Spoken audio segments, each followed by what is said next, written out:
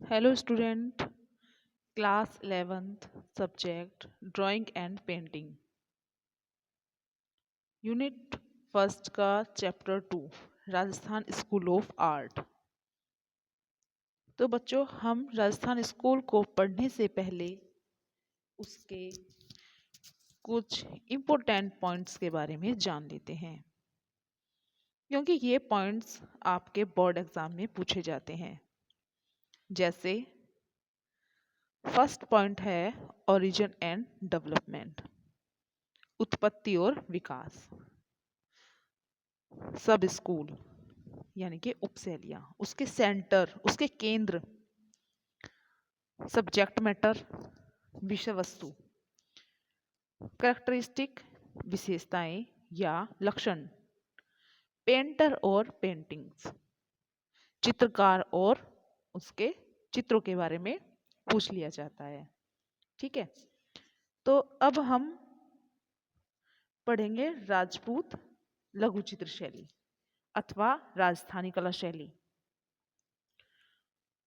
तो राजस्थान कला शैली का जो टाइम है वो है 16वीं सदी से 19वीं सदी तक।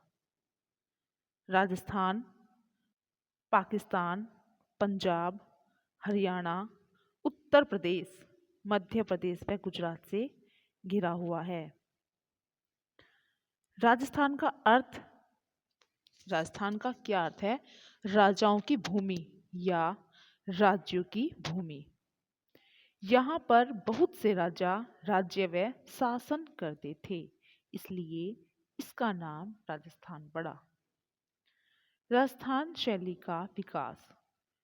राजस्थान में जो लोग रहते थे, जो ज्यादातर लोग रहते थे वो राजपूत रहते थे, राजा रहते थे। ठीक है, तो राजस्थान में राजपूत राजाओं के संरक्षण में विकसित होने के कारण यह कला राजपूत शैली अथवा राजस्थानी कला शैली कहलाई। राजस्थान शैली का प्रारंभ सर्वप्रथम मेवाड़ में हुआ। राजस्थान शैली का वर्गीकरण क्षेत्रीय विशेषताओं के आधार पर किया गया है। राजस्थान शैली की उपशैलियाँ मेवाड़, बीकानेर, किशनगढ़, बूंदी, कोटा, जयपुर और जोधपुर। अब आता है हमारा राजस्थान शैली का फर्स्ट सेंटर जो है उसकी उपशैलियाँ, उनके सब स्कूल। फर्स्ट है मेवाड़। मेवाड़ का समय है 16वीं सदी और ये कहाँ स्थित है? ये है अरावली पहाड़ियों में, छप्पन की पहाड़ियों में मेवाड़ स्थित है। ठीक है, और यहाँ मेवाड़ में गुहिल वंश का शासन रहा। किसका? गुहिल वंश। मेवाड़ राज्य की नींव डाली बप्पा रावल ने। ठीक है, तो मेवाड़ में सर्वप्रथम चावंड रागमाला बनी। चावंड रागमाला यहाँ बहुत फेमस है। चावंड क्या है? चावंड यहाँ एक स्थान का नाम है, एक जगह का नाम है। तो यहाँ पर जो सबसे ज्यादा चित्र बने वो रागमाला के बने। ठीक है, अब इसके आते हैं प्रमुख शासक। इसके प्रमुख शासक कौन है? इसके प्रमुख शासक है महाराणा प्रताप सिंह, जगत सिंह, महाराणा जयसिंह। ठीक है, इनके समय में कला का यहाँ सबसे ज्यादा प्रचार प्रसार हुआ। और जो मेवाड़ प्रभावित है वो गुजरात से, जैन से और पर्शियन शैली का प्रभाव यहाँ मेवाड़ की शैली में दिखाई देता है। इसके प्रमुख चित्रकार कौन है? फेमस आर्टिस्ट इसके दो हैं, शाहिबुद्दीन और मनोहर। विषय वस्तु, इसके सब्जेक्ट मैटर, किसके? मेवाड़ के। मेवाड़ शैली के सब्जेक्ट मैटर क्या थे? रागमाला से संबंधित चित्र यहाँ बनाए गए हैं, जैसे राग भैरव, राग हिंडोल यानी कि संगीत पर आधारित चित्र बनाए गए हैं। इसकी एक फेमस पेंटिंग है मारू रागनी। ठीक है, अब आता है इसका दूसरा सेंटर है इसका जोधपुर। जोधपुर में राठौड़ वंश का शासन रहा। यहाँ पुस्तक चित्र, पट चित्र और भित्ति चित्र बने हैं। पट मीन्स कपड़ा, कपड़े पर चित्र बने हैं। जोधपुर नगर राव जोधा जी ने 1485 ईस्वी में बसाया था। ठीक है। इसके प्रमुख शासक कौन थे? राजा मानसिंह। ठीक है। और जोधपुर शैली के जो सब्जेक्ट मैटर थे, मतलब यहाँ पर जो चित्र बनाए गए हैं वो किस विषय को लेकर ज्यादा बने हैं? ढोला मारू, रामकृष्ण संबंधी गाथाएं, शिव पुराण, नायक नायिका, राग रागनी, सामाजिक जनजीवन आदि। ढोला मारू मतलब इसमें इस चित्र में क्या दिखाया गया है, इसके बारे में डिटेल में तो मैं आपको नेक्स्ट वीडियो में बताऊंगी, लेकिन थोड़ा सा अभी भी बता रही हूँ। ढोला मारू में ऊंट पर बैठे हुए राजा रानी को बनाया गया है। ठीक है। विशेषताएं, इसकी क्या विशेषताएं हैं? लाल हाशिए व सीमा रेखा पीले रंग की। जो बॉर्डर बना है, जो किनारी बनी है वो रेड कलर से बनाई गई है, और जो सीमा रेखा है आउटलाइन उसकी जो की गई है वो पीले रंग से की गई है। हाशिए बोलते हैं बच्चों बॉर्डर को, यानी कि किनारी को। पेंटिंग में जो चारों तरफ जो किनारी होती है उसको हाशिया कहा जाता है। हाशिए लाल व सीमा रेखा पीले रंग की, वास्तु सफेद। वास्तु से मतलब यहाँ है भवन से, स्थापत्य कला से, बिल्डिंग से। ठीक है। वास्तु जो भवन बने हैं, बिल्डिंग्स बनी है, वो सफेद रंग की बनाई गई है। कहाँ? जोधपुर में। मयूर अंकन, मोर बने हैं। खंजन जैसी आंखें, जितने भी ह्यूमंस फिगर बने हैं यहाँ पे जोधपुर में, उनकी खंजन जैसी, एक खंजन नाम का एक पक्षी होता है, तो उसकी आंखें सबसे सुंदर होती हैं। ठीक है। पुरुष व नारी आकृति लंबी। काले मेघ, विद्युत की स्वर्ण रेखाएं, मतलब आसमान में जो बिजली बनाई गई है वो चमचमाती सोने के रंग से, यानी कि गोल्डन कलर से बनाई गई है। काले मेघ, बादल बनाए गए हैं काले। ठीक है।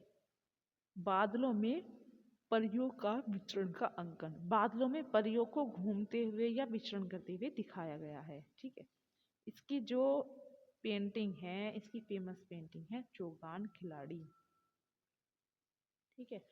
अब इसका जो नेक्स्ट सेंटर है वो है बूंदी शैली। बूंदी शैली, इसका समय है 17वीं सदी। बूंदी में हाड़ा वंश का शासन रहा। इसके प्रमुख शासक हैं राव रतन सिंह, छत्रसाल, भाव सिंह। प्रभाव मेवाड़ और मुगल का रहा। ठीक है। मेवाड़ में क्या है? मेवाड़ के लोगों का स्वास्थ्य खराब रहता है, तो वहां पर जहां से आंवले के पेड़ शुरू हो जाते हैं वहां से मेवाड़ शुरू हो जाता है, और जहां से बबूल के पेड़ स्टार्ट हो जाते हैं वहां से मारवाड़ स्टार्ट हो जाता है। ठीक है। जो मारवाड़ के जो सेंटर है, जोधपुर, बीकानेर, नागौर, किशनगढ़, ये सब मेवा मारवाड़ शैली के केंद्र हैं। ठीक है। तो क्या है, इसमें मेवाड़ में लोगों का स्वास्थ्य खराब रहता है, इसलिए वहाँ आंवले के वृक्ष ज़्यादा होते हैं, पानी में भी चिकनापन होता है। ठीक है। तो जो वहाँ का जो प्रभाव है वो ह्यूमन फिगर पर, मानव आकृति पर दिखाई देता है। तो वहाँ की जो आकृति होती है वो मेवाड़ की, वो छोटी छोटी ठिगनी और भारी आकृति होती है। ठीक है। और ये जो सेंटर था जोधपुर, इसमें मानव आकृति को लंबी बनाया गया है। ठीक है। ये मारवाड़ का हिस्सा है। ठीक है। तो वहाँ की जो मानव आकृति है वो लंबी है, वहाँ के लोगों का स्वास्थ्य अच्छा होता है। प्रयुक्त रंग लाल, सफेद, पीले व हरे रंग प्रयोग में लाए गए हैं। इसके प्रमुख चित्रकार हैं उत्कल राम, सुरजन, रामलाल, अहमद अली, साधुराम। ठीक है। इसकी जो विषय वस्तु है, इसके जो सब्जेक्ट मैटर है वो है राग रागनी, नायक नायिका, बारामासा, कृष्ण लीला और शिकार।